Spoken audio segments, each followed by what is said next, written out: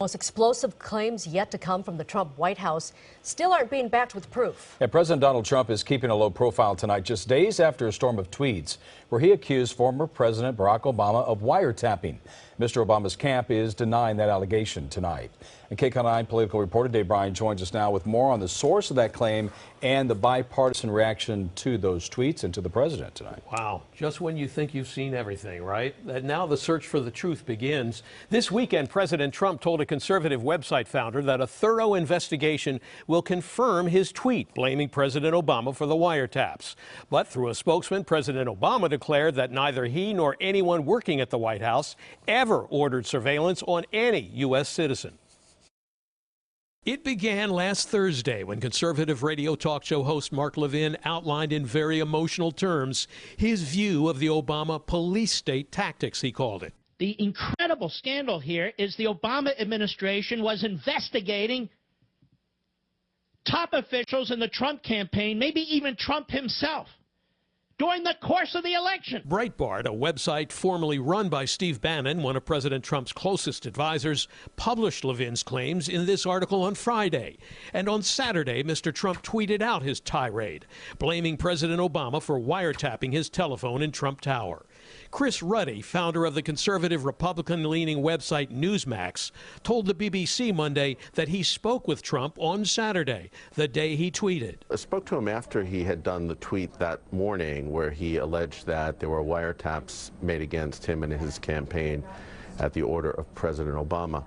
And he was sort of angry that he was targeted, and he was very confident about the information he had. He said, look, you know, if they investigate, they will find out I'll be proven right. It's not the first time President Trump has given the presidential stamp of approval to rumors and innuendo with no factual component, including millions of people who voted illegally for Hillary Clinton, the terror attack last night in Sweden that no one knew about, and his attacks on the fake news media, which he called a great danger to our country. Is it possible he really believes millions of people who came here undocumented voted in the election? Does he really believe that Obama wiretapped Trump Tower?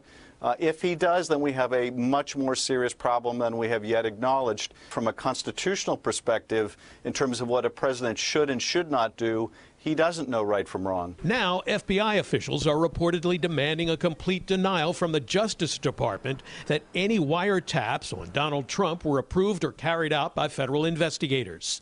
CNN quotes sources as saying the FBI requested the denial because the president does not have the authority to unilaterally order eavesdropping of a U.S. citizen on the telephone.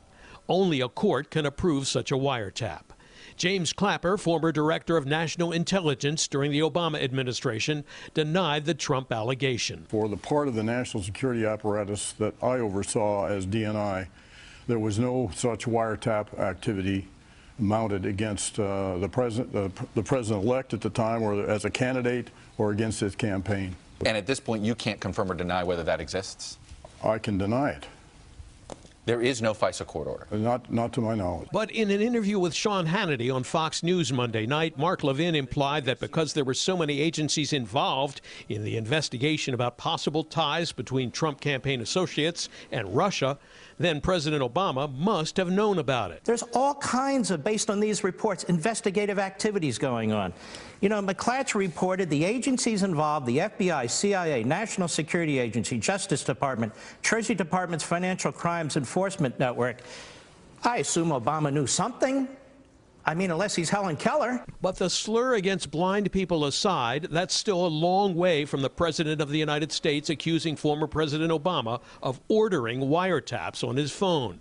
Congressman John Garamendi from Davis, California, told CNN Monday that with President Trump, the truth is arbitrary. This man has more alternate facts about what's going on in the world than any other person I've ever heard of, and it is extremely dangerous because the world cannot count on him. They cannot count on what he might do next. Now, White House Press Secretary Sean Spicer was asked at a no-cameras briefing today if he could establish that President Trump's tweet was based on more than a Breitbart article and a talk radio rant. Spicer did not respond except to call for Congress to intercede and investigate the charges, Lena. Dave, this sounds like it could be a true national crisis. Well, crisis, so yeah. where do we stand now, and then what's the next step? Yeah, well, that's a very good question. Let me tell you, tonight, here's where we stand. President Trump is calling for the congressional investigation of the alleged wiretapping to be part of the probe into Russia connections with Trump campaign associates. Homeland Security Secretary John Kelly told CNN that if President Trump made the charge against Mr. Obama, then he has his reasons for saying it. He has some convincing evidence that took place, according to John Kelly.